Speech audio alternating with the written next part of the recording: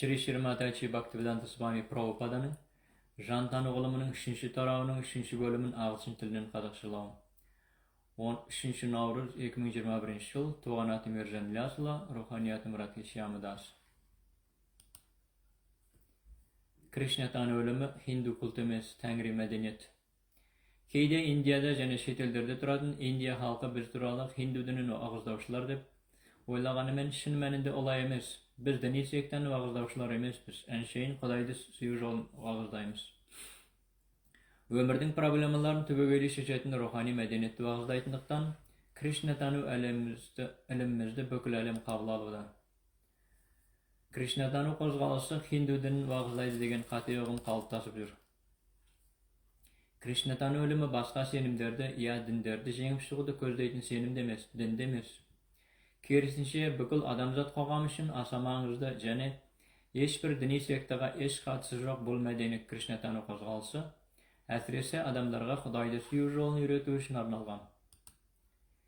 Кейде Индияда және шетелдерде тұратын индияндар біз туралы хинду дінін уағыздаушылар деп ойлағанымен, шын мәнінде біз хинду дінін уағыздамаймыз. Хинду сөзін Бхагавад Гитадан таппайсыз. Бүкіл веда шастраларында жоқ хинду сөзін Ауғанстан, Белуджистан, Парсы сияқты Индияның маңайындағы провинциялардың мұсылмандары енгізген. Индияның солтүстік батыс провинцияларымен шекаралас Синху деген өзен бар. Синху өзеніне тілі келмеген мұсылмандар Синху өзенін хинду өзені деп, сол аймақтың тұрғындарын хиндулар деп атап кеткен. Индияда еуропалықтарды веда тілінде милечкалар немесе яваналар дейтін тәрізді, мұсылмандарда индияндарды хиндулар деп атап кеткен. Индияның нағыз мәдениетін баяндайтын Бхагавад Гита табиғаттың 3 түрлі гуналарына, қасиеттеріне сәйкес адамдар 4 әлеуметтік және 4 рухани тапқа бөлінеді дейді. Мұндай әлеуметтік және рухани бөліну варнашрама дхарма деп аталады. 4 варналар әлеуметтік таптар брамана, кшатрия, вайшя және шудра болса, 4 ашрамалар рухани сатылар Брамачария, грехаста, ванапраста және саньяса болып табылады. Пураналар деп аталатын веда шастралары варнашрама жүйесін баяндайды. Осы веда мәдениеті институтының мақсаты әркімді Кришна тану, Құдай тану білімін жетілдіруге үйрету. Бүкіл веда бағдарламасы осылай білім беруді көздейді. Ұлы Бхакта Раманандараямен әңгімелескенде Тәңір Чайтанья адам өмірінің басты ұстанымы не деп сұрағанда, Раманандарая адами өркениет варнашрама дharманы қолдаудан басталады деп жауап берген. Варнашрама дharма деңгейіне көтерілмейінше адами өркениет болмайтындықтан Кришна тану қозғалысы Кришна тану немесе дайва варнашрама тәңіри мәдениет деп аталатын осы адами өркениеттің кемел жүйесін орнатуға тырысуда. Бүгінгі Индияда варнашрама жүйесі бұрмаланып кеткендіктен Брамананың ең жоғары әлеуметтік таптың жанұясында туған біреу өзін брахманымын деп мәлімдейді. Мұндай мәлімдеме шастрадан қолдау таппайды. Готралары ата-бабалары браманы болғандықтан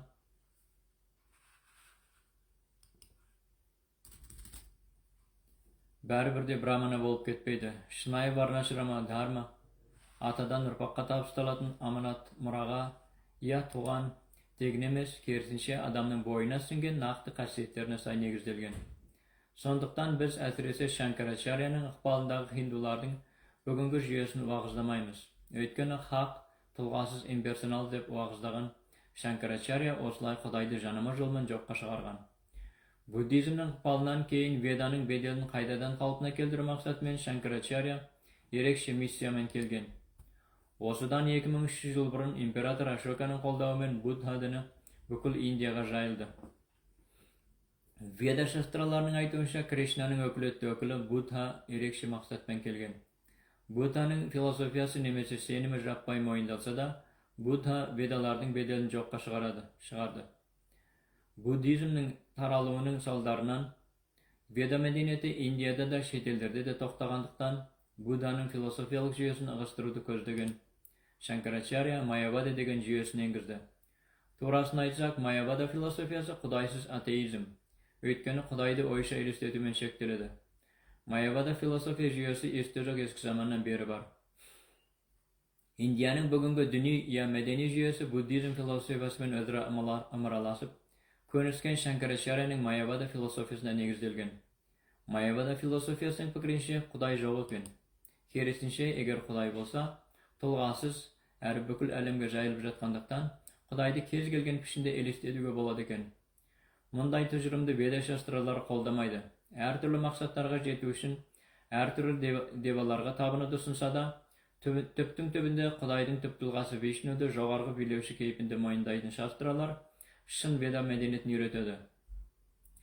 Krishna tanı filosofiyası Kuday men devalarda joqqa çıgarmaydı. Kerisinçe, ekevinde joqqa çıgaratın Mayavada filosofiyası, Kudayda joq, devalarda joq, tüptün tübünde eşliği de joq, bäri de kurbos, nöl deydi. Vishnu, Durga Deva, Shiva Deva, Kun Devası tarzı kez gelgen bedeldi oyşa elestetip tabına börüge boladı ki sebebi qogam osu devalarga tabınadı dese de, üç türünde olardyň eç qaysynda moýundamaytyn Mayavadi filosoflar tolgasız Brahmanga akılymyzdy jumuldyra almaytyndyqtan osu benelerden kez gelgen oyşa elestetýümizge bolady deydi. Panchopasana dep atalatyn osu jaňa jyany Shankaracharya eňizgenimen Bhagavad Gita'da üretilmeydiğinden ol doktrinalar bedelsiz. Bhagavad Gita devalardan terşilik etetinin moyundaydı. Vedalarda sifattalgan devalarda joqqa çıgarı mümkün emas. Kerisinçe, Shankaracharyaning jolumen sol devalarda oyş elestetүү nemese sol devalarga tabınu durus emas. Devalarga tabınudy koldamaytyn Bhagavad Gita 7:20 Kamaistastare hrita jana prapadyantena devataha Tam tam ya mamastaya prakrita niyata svaya. Fänikliklerin sallarından zerdesinden ayrılgan pendeler devalarga beriledi jana sol devalarga öz tabiatlaryna laýyk vedaların ereji şartlaryny ustanyp arkaly tabynady dep anyk aýtady. Tangri Krishna Bhagavad Gita'da 2:44 ary garay Bhogaishvara prasaktanam tayapa hrita chetasam vyavasatmika buddhi samadhavna vidhiyate. Sezimler men fäni baylıkka tım baylanığı sallarынан akıldan aljaskandar Kudayga berili hizmet etüge bel boylap kirişpeydi deydi. Sanalıvan devalarga tabınuşlar Hrita Jnana zerdesinden ayrılgandar dep sipattaladı. Bul da Bhagavad Gita'da 7:20 ary garay Antavattu phalam tesham tadbhavatyalpamedasam devan deva yajonyanti madbhakta yanti mamapi. Zerdeleri kelteler devalarga tabınganдар men alar jemistleri şektewli jana ötkinçe. Devalarga tabınuşlar devalardyň planetalaryna attanady. Kerisinçe meniň baktalarym ömrüniň soňunda meniň jogargy mekenime keledi dep düşündiriledi. Devalardyň sylyklary ötkinçe sebebi kez gelgen fäni ýegilik ötkinçe denege gaçdy. Bugünkü gylymy täsirlerdiň kömegimen be elde devalardyň batalarymyn be Kanday fäni ýegiliklerge golumyz jetse de denimiz ölgende bäri de bitedi. Kerisinçe ruhani ösüwimiz eç kaçan bitbeydi. Biz sektadan wagızlamaýmys, kerisinçe enşeýin Hudaýdy süýüp joluny wagızlaýmys. Hudaýdyň tirşilik etetiň delildeýän teoriýalar köp. Misaly, Hudaýsyz ateist Hudaýga senbeydi. Nobel sylygy bilen marafatlanan professor Jacques Monod ýakty Hudaýsyz ateistler bäri kirdiýsek dep jarýalaydy. Charvaka sekta Indiýanyň Hudaýsyz ateist filosoflary bu teoriýany baýagyda sungan. Karma mimamsa siýakty başga filosofiýalar eger jumysymyzda adalat qilsak, natijeli jemisi Hudaýsyzak keledi deydi. Karma mimamsa filosofiyasını stanuşlar o teoriýalaryny aýgaktaw üçin juqpal awruga şaltykkan nawkaz därişse dertinin qılantaza aýyp ketedi degen argumentlerini keltiredi. Buam biz tipti eger eň äserli däri bersede nawkasyň bäribir ölüp ketübi mümkin degen dalil keltiremiz. Netijelerin aldyn ala boljaý almaýmys, sebebi Daiva Nitrena jogargy bilewşi jogardan baklap oturady. Äýtpese Hudaýşyl däwletde baýdyň balasynyň kangybas hippiga aýnaluwynyň nemesde tanymsyz kynala ýeňbekleniginiň arkasynda baýyp ketgen adamga därgerdiň endi arpa haýnatynysyndan başga eşdiň eşip jemeňiz dep tiýim saluwynyň sebebi nedir? Karma mimamsa filosofiýalarynyň teoriýasy dünýä Hudaýdyň jogargy jeteginsiz jyljydy. Barlygy näpsiden tuwady. Kama haydukam. Näpsi kozgan erkek aýelge ýeligip, kirdiýse jyns gatnaşyna düşedi de, әйел екі қабат болады дейді. Негізінде әйелді екі қабат етейін деп жоспарламайтын еркектің әйелмен табиғи жақындасуының нәтижесінде әйел екі қабат болады. Бхагават Гитаның 16-шы тарауындағы асуралық я әзәзіл демони деп сипатталған құдайсыз атеистік теориясы бар нәрсе кездейсоқ табиғи еліктеу нәтижесінде туады. Ал егер бала таптырғың келмесе, рухтануға қарсы құралдарды қолдан деген идеяны қолдайды. Шынында бәрі де ұлы веда жоспарымен іске асады. Еркек пен әйелдің қалай жақындасуы, қалай бала болдыруы, жыныс қатынасына не мақсатпен түсуі жайындағы сұрақтарға веда шастралары бағыт-бағдар беріп отырады.